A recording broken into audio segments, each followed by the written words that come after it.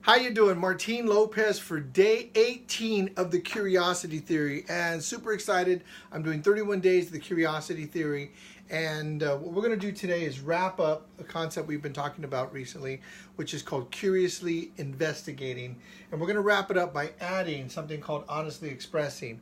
And this whole little thing right here is something we call the skill for connection. And the skill for connection, what is skill for connection? Well, when it comes to connecting with people, with ourselves and other people, right, we need a skill to do that. You know, most people just kind of fake it. They just do what they normally do all the time. What we're saying in the curiosity theory is actually figuring out the methodology of what are the components of human connection. There's three components. It's observations, feelings, and needs, according to what we teach. So I want to share that with you, and I want to start by going over again curiously investigating, then introducing honestly expressing, and then tying them up together. So what we talked about recently is curiously investigating, observations, feelings, and needs. So curiously investigating is how we look, how we find out what's really going on below the surface, underneath the surface. So when we're trying to communicate with people, let me see if we can go back to this little thing right here. When we're communicating with people, we're communicating with conversations. We're using conversations to communicate. And that is a surface thing. That's how we talk right here. But underneath the surface, what happens with people is they're observing what's happening. They're seeing if their needs are being met, and they're having a feeling about that, okay? And that's what causes what we call action. So our access to being able to support people and to be able to connect with people is being able to go under the surface, like this little diver that I got right here, and be able to curiously investigate. So when we're talking about curiously investigating, it's about them. It's about their feelings, their needs, and their observations. So what they are observing, what they're making it mean, what they're feeling about that, and are their needs being met or not. Now what we want to do is introduce honestly expressing. So honestly expressing is about honestly expressing it says your, but it really means our. So your observations, your feelings, and your needs. Our observations, our feelings, and our needs. What's going on with ourselves? Are we expressing honestly, or are we blaming, or judging, blaming, or complaining when we're talking to somebody? For instance, we can say things like, something like, I feel useless. I feel like you don't respect me. I feel like you hate me. Those kinds of things. And those are metaphors. Those are stories. So when you say, like, I feel useless, you might be saying, I feel discouraged that you didn't use my idea. I feel sad that I had this plan and nobody did the plan.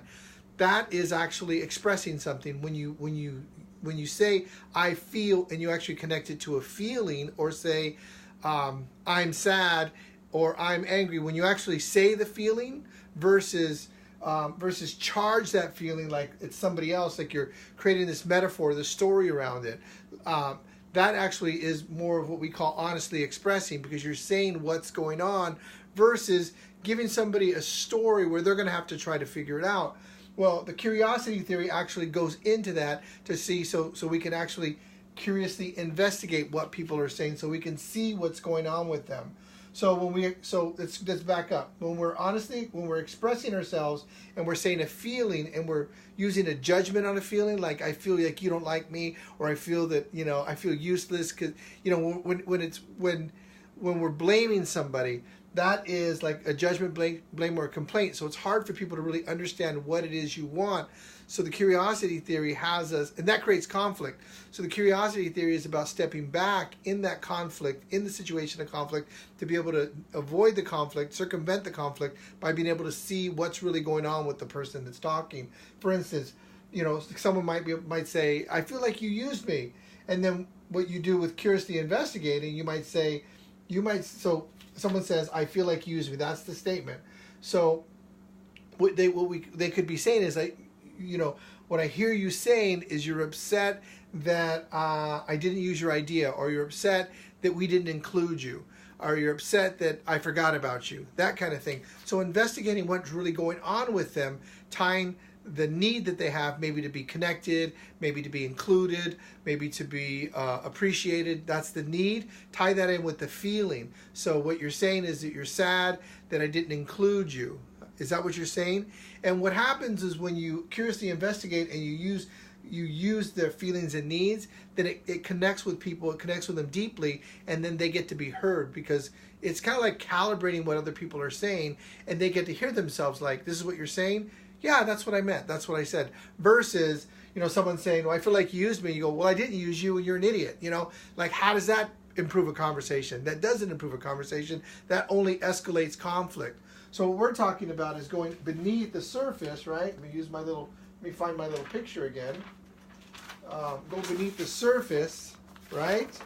And find out what they're saying. Go under the conversation. Conversation's happening up here with what people say. We're talking about go under the surface, go beneath the surface, and then curiously investigate what's going on, and then honestly express what's going on for you. So someone might say, I feel really discouraged. I feel angry because you don't even pay attention to me. And it's like, okay, what I can hear is you're saying that you're angry, you're discouraged, that I didn't listen. Yeah, that's what you did. So at that point, you can then they're actually honestly expressing themselves, and then if you have something to say about that, then you say it, but not as a judgment, a blame, or a complaint. You want to say it as an honest expression of what you're experiencing. Could be it could be an apology. It could be, well, I'm really embarrassed that I overlooked what you were saying. I'm really embarrassed that I didn't include you. Something like that. So you're saying I'm embarrassed, which is a feeling, right? And the need was to be included, that I didn't include you. So that's connecting a need and a feeling and a need together. So that is understandable for people. Versus the metaphor of a judgment, blame, or complaint, which is not always understandable. It almost always requires a defense. It almost always requires a counterattack.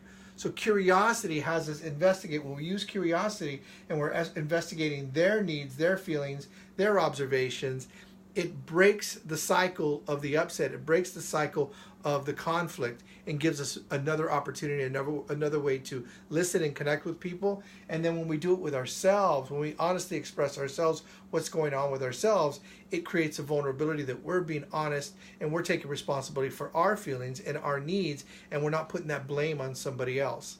So I hope this helps you. It's called the skill for connection, honestly expressing and curiously investigating. So honestly expressing our observations, your feelings, and your needs, curiously investigating their observations, their feelings, and their needs. I hope this helps you in business, and I hope this helps you in your personal life.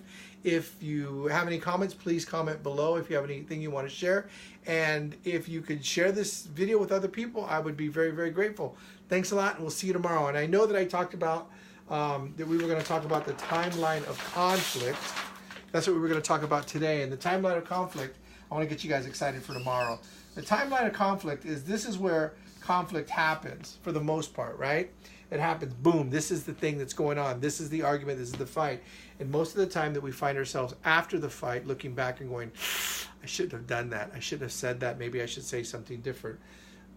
Curiosity theory doesn't have us not, it has us not only be able to make a difference inside of the conflict, but has us be able to see the conflict coming. So that's what we're going to talk about tomorrow, the timeline of conflict. I hope you're back here at the Curiosity Theory. And my name is Martin Lopez. Thanks for watching. Talk to you tomorrow. Bye.